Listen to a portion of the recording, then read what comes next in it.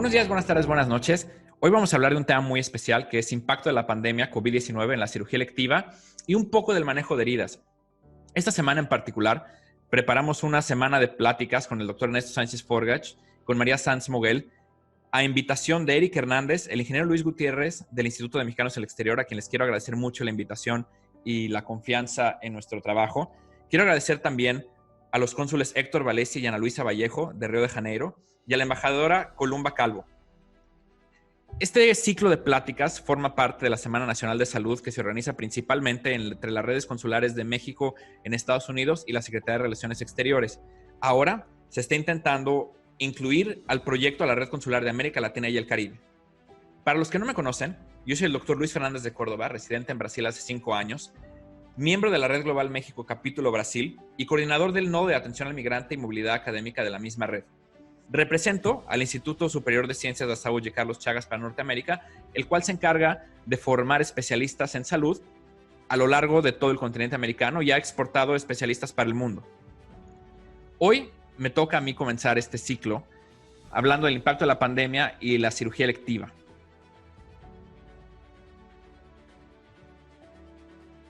La pandemia del SARS-CoV, como todos lo sabemos, del SARS-CoV-19, surge en Wuhan, capital de la provincia de Hubei, durante el último bimestre de 2019 y ha afectado ya hoy a más de 190 países.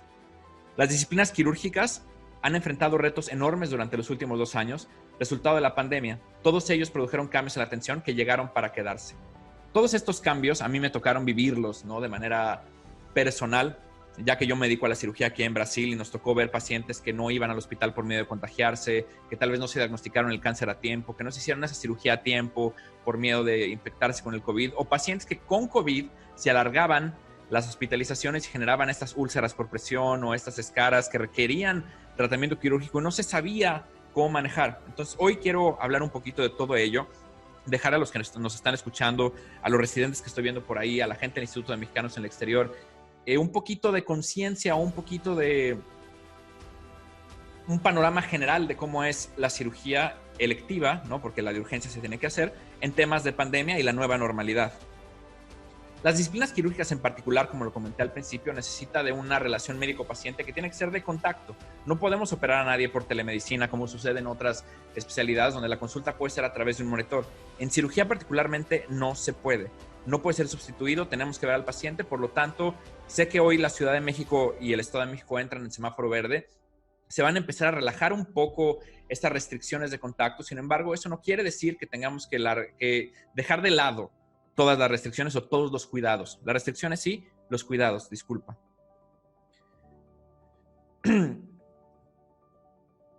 Múltiples estudios a lo largo de estos 2 años han reforzado las recomendaciones de adoptar y seguir las medidas de precaución, las cuales son mantener la sana distancia de 1.5 a 2 metros, el lavado constante de manos mínimo cada 3 horas, el uso adecuado de cubrebocas sin manipulación del mismo y que el contacto entre pacientes se reduzca en las conversaciones de contacto con personal de salud.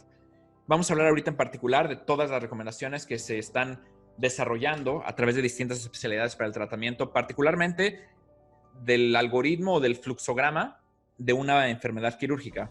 Esto quiere decir el periodo preoperatorio, que incluye la consulta, transoperatorio, que es la cirugía, el día de internación, etcétera, y postoperatorio inmediato, que puede ser hasta un mes después de la cirugía. Dentro de estas recomendaciones se agregan desinfección de superficies, el uso de protectores oculares durante la cirugía para el personal de salud.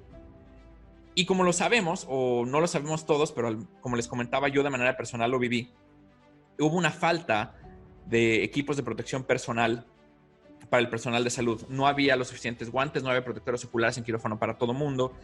Y todo eso se tradujo en una disminución del flujo de pacientes a quirófano, incrementando el tiempo de espera de patologías, como lo decíamos, gente que no se diagnosticó a tiempo, que no se hacía la biopsia cuando le tocaba, y se forzó a universidades, ahí tengo a una residente que nos está escuchando, saludos Natalia, que se moviera al residente fuera del campo hospitalar, porque o todo era COVID y tenían que atender COVID, o estuviera continuando sus estudios en casa a través de Zoom o de alguna plataforma digital para la parte académica de la especialidad.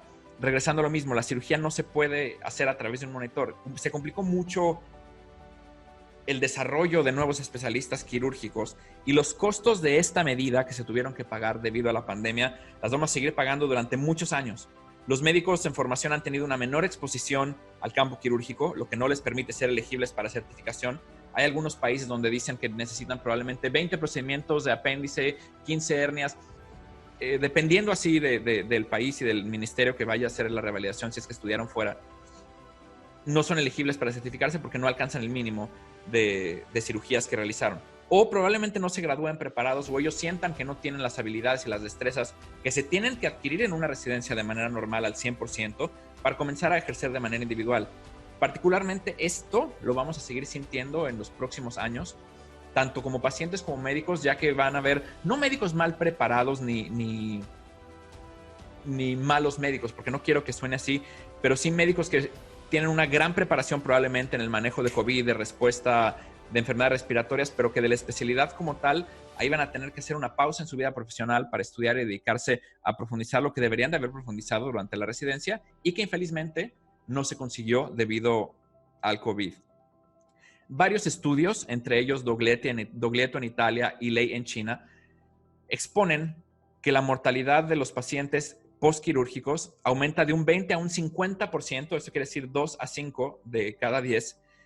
El riesgo relativo de complicaciones, ya sea por enfermedades pulmonares o pulmonares propiamente porque se infectaron durante la cirugía o en la recuperación inmediata, o se operaron ya infectados porque no hubo un buen tamizaje o una buena selección del paciente y desarrollan COVID en el periodo inmediato, o tromboembólicas a 30 días, bajo las mismas causas. Aquí justifican que la respuesta inflamatoria, ¿no?, derivada de la cirugía, la respuesta al trauma quirúrgico, puede desencadenar o acelerar los procesos patológicos propiamente del COVID como tal, que son la complicación por neumonías, de tromboembolia, todo lo que hemos estado viendo ya en los medios de comunicación a lo largo de estos 2 años.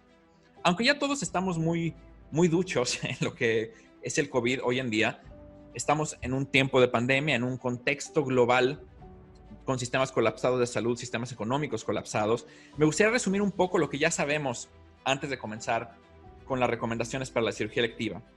Sabemos que las manifestaciones más comunes del SARS-CoV-2 incluyen fiebre, tos seca, disnea o sensación de falta de aire, mialgias o dolores musculares, fatiga en la gran mayoría de los casos, y todos estos pudiendo evolucionar a neumonía, como lo comentábamos en la diapositiva anterior, falla orgánica múltiple, insuficiencia renal, choque, falla cardíaca y, en el peor escenario, la muerte. Estadísticamente, es una enfermedad que tiene manifestaciones graves en pacientes mayores de 60 años y que puedan presentar comorbilidades asociadas, entre ellas hipertensión arterial sistémica, obesidad, algún grado de inmunosupresión, puede ser por quimioterapia, por una enfermedad autoinmune, cáncer, diabetes, entre otros. El curso natural de la enfermedad es prolongado y ampliamente contagioso. Incluso durante el periodo de incubación se ha reportado ser de 15 a 14 días. Esto quiere decir que se puede programar una cirugía electiva en pacientes durante este periodo o al final del mismo. Como lo comentábamos, Doglieto y Ley publicaron esto, que habían pacientes que se internaban para cirugía o que decidían operarse justo en ese periodo de ventana.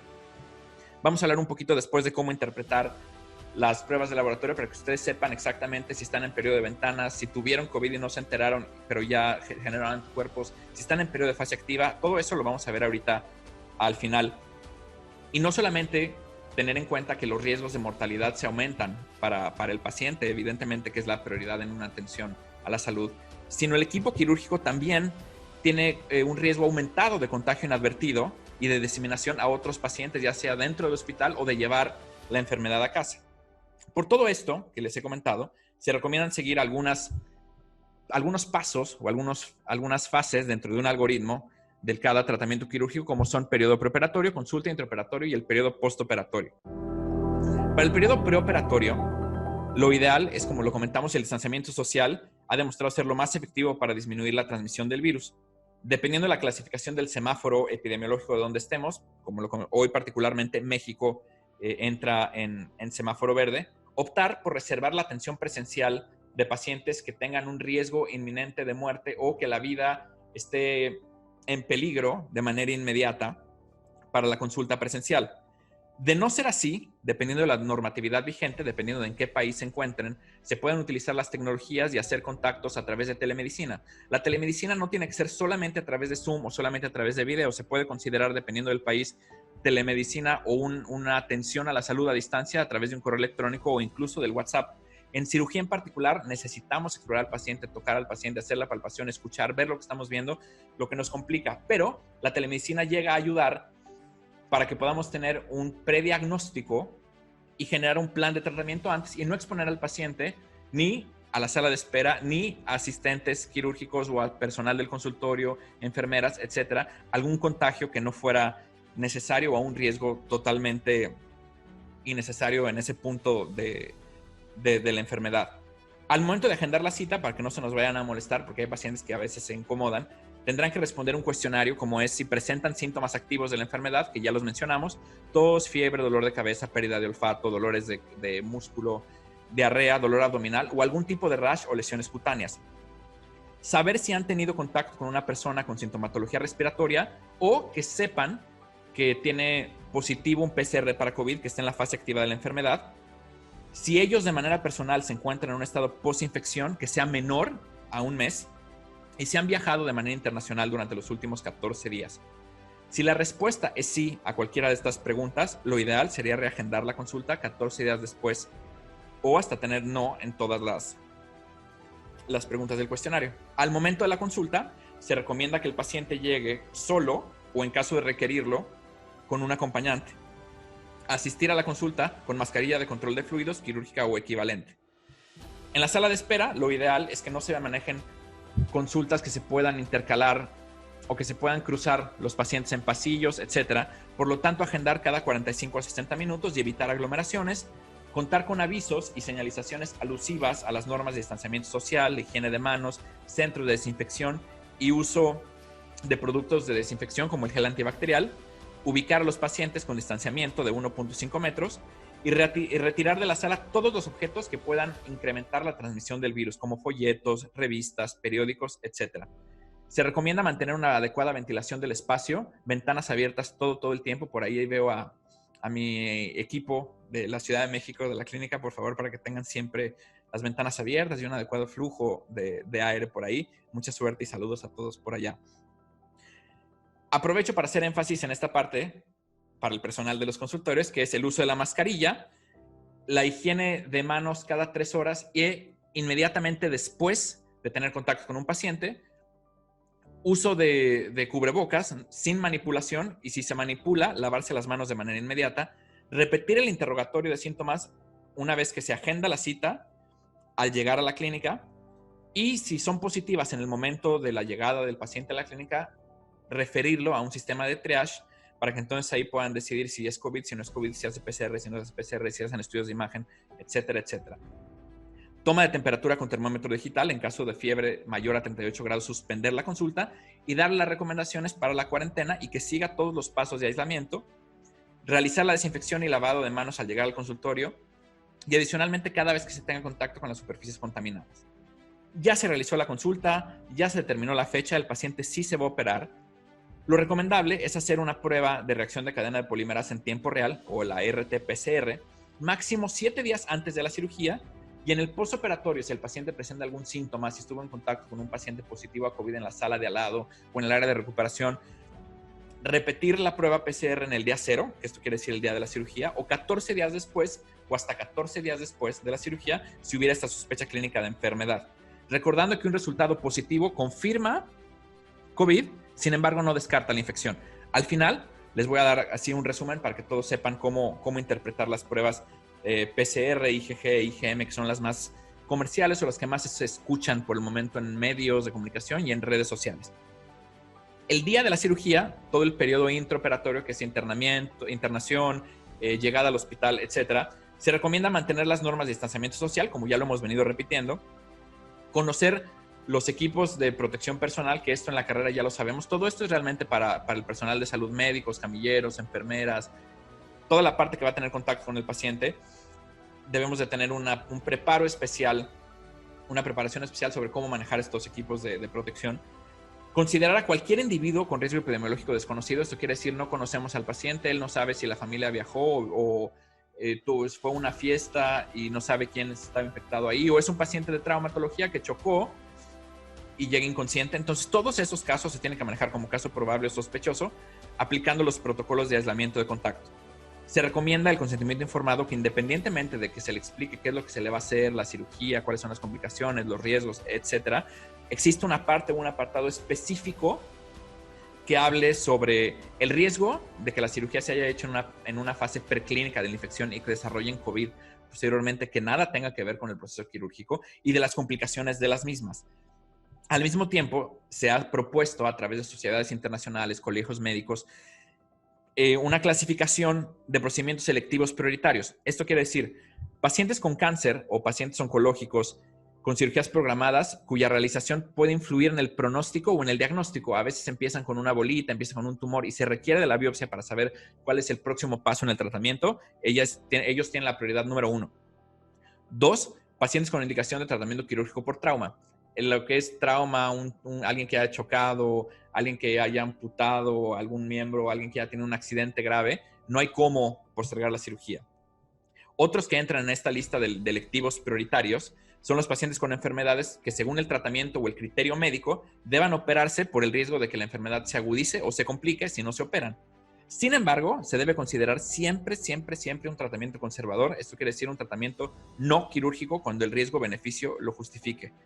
Al mismo tiempo, de ser posible, utilizar anestesia local o regional para evitar la manipulación de vías aéreas, incrementar el tiempo en quirófano de manera innecesaria.